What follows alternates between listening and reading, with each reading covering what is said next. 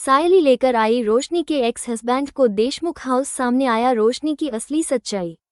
जी हां दोस्तों, सीरियल उड़ने की आशा के आने वाले ट्रैक में होने वाले हैं बड़े खुलासे। देशमुख हाउस में सुबह का माहौल हमेशा की तरह हलचल भरा था। सायली रसोई में नाश्ता तैयार कर रही थी। बाहर से आती ठंडी हवा और भीतर का गर्म माहौल, दोनों का संतुलन उस घर में हमेशा बना रहता था। लेकिन आज सायली के मन में कुछ और ही चल रहा था। पिछले कुछ हफ्तों से उसने देखा था कि रोशनी हर छोटी बड़ी बात पर उस पर इल्जाम लगाने लगी है। कभी कहती कि सायली उसकी जिंदगी में दखल देती है, तो कभी उस पर घर में झगड़े भड़काने का आरोप लगाती। पहले तो सायली ने इसे नज़रअंदाज किया, लेकिन धीरे धीरे उसे एहसास हुआ कि कुछ तो है जो रोशनी छुपा रही है।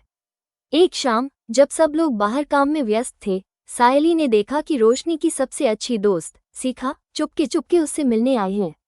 दोनों के बीच होने वाली धीमी धीमी बातचीत ने सायली की जिज्ञासा और बढ़ा दी। उसने दूर से ही गौर किया कि शिखा के चेहरे पर घबराहट थी और रोशनी बार बार दरवाजे की ओर देख रही थी, मानो कोई उन्हें सुन न ले। सायली ने उसी वक्त ठान लिया कि वो सच्चाई जाने बिना चैन से नहीं बैठेगी।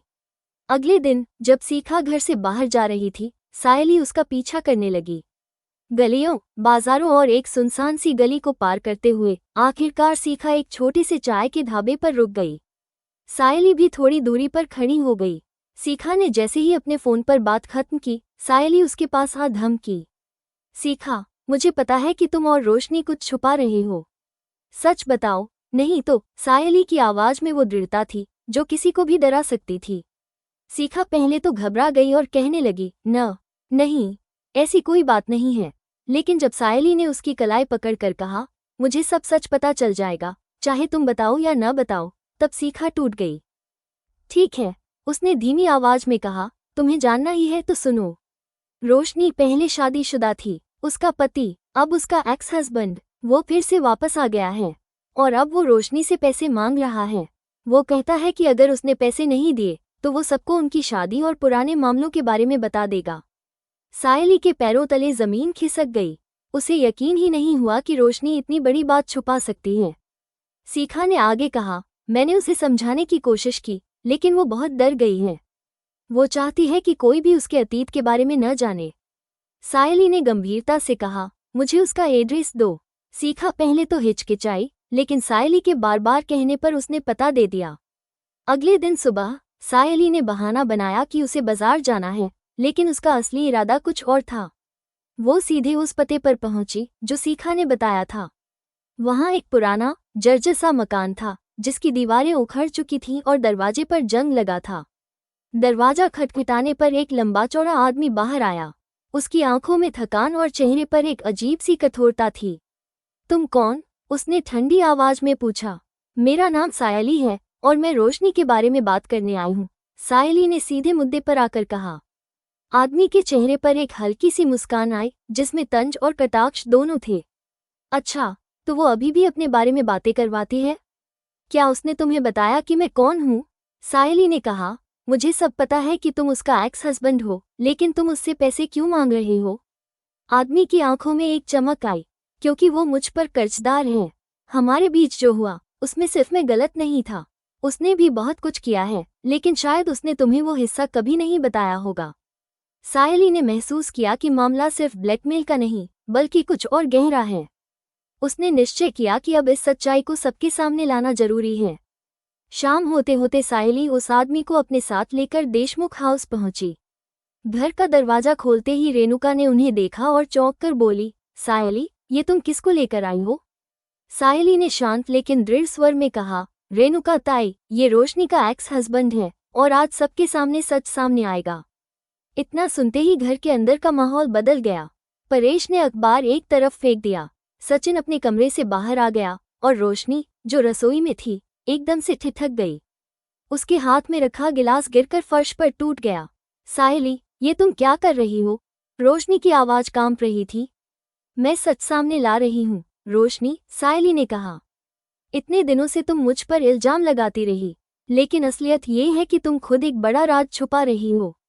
आदमी ने आगे बढ़कर कहा, हाँ, मैं इसका एक्स हस्बैंड हूँ और ये मुझे पैसे देने वाली है, क्योंकि हमारी शादी के वक्त जो कर्ज हमने लिया था वो अभी तक नहीं चुकाया। रोशनी चीख उठी, झूठ! ये सब झूठ है, लेकिन उसकी आंखों में डर साफ झलक रहा था। रेणुका ने कड़क आवाज में कहा, रोशनी, सच क्या है? रोशनी ने कुछ पल चुप रहकर गहरी सांस ली और फिर बोली, हाँ, मैं पहले शादीशुदा थी, लेकिन मेरी शादी नरक से कम नहीं थी। ये आदमी मुझे रोज मारता पीटता था, मुझसे पैसे लेता था और जुए में उड़ा देता था।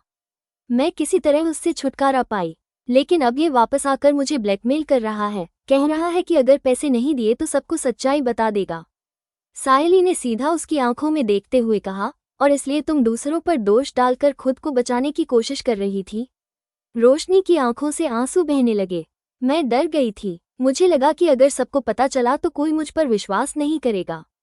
सचिन ने आगे बढ़कर कहा, रोशनी, अतीत को छुपाने से वो मिटता नहीं, उसका सामना करना पड़ता है। घर में सन्नाटा छा गया। रेणुका ने धीरे से कहा, अब जब सब सच सामने आ गया है तो हमें देखना होगा कि आगे क्या करना है।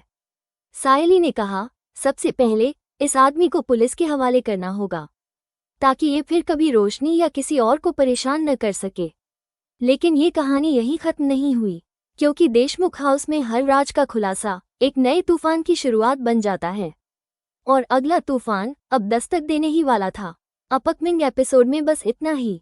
तो चलिए एक नज़र डालते हैं आज के एपिसोड में। सायली और सचिन अजीत के ऑफिस में सजावट का ऑर्डर फाइनल करने जाते हैं। उनके काम और पेशेवर रवैये से प्रभावित होकर अजीत उन्हें प्रोजेक्ट जारी रखने के लिए प्रोत्साहित करते हैं और उनकी प्रतिभा पर भरोसा जताते हैं। कुछ ही देर बाद एक और डेकोरेटर उनके पास आता है और उनसे सहयोग करने की उम्मीद करता है। सायली शुरू में किसी नए व्यक्ति को शामिल करने को लेकर असमंजस में रहती है, लेकिन कुछ सोचने के बाद वो उस नए व्यक्ति को मौका देने का फैसला करती है। अजीत सायली और सचिन की खुले विचारों और नई प्रतिभाओं का समर्थन करने की इच्छा की प्रशंसा करता है और उनकी सहयोगात्मक भावना की सराहना करता है। इस बीच घर पर चल रहे दबावों के कारण रोशनी चिंतित दिखाई देती है। तेजस उसकी बेचैनी को देखता है और धीरे से पूछता है कि वो परेशान क्यों है। रोशनी अपनी चिंताएं व्यक्त करती है और कहती है कि उसकी चिंता तेजस के अपने व्यावसायिक मामलों को संभालने के तरीके से उपजी है। वो भविष्य को लेकर अनिश्चित है और चाहती है कि सब कुछ ज्यादा स्थिर हो। घर वापस आकर रेणुका अधीर हो जाती है क्योंकि सायली अभी तक वापस नहीं आई है।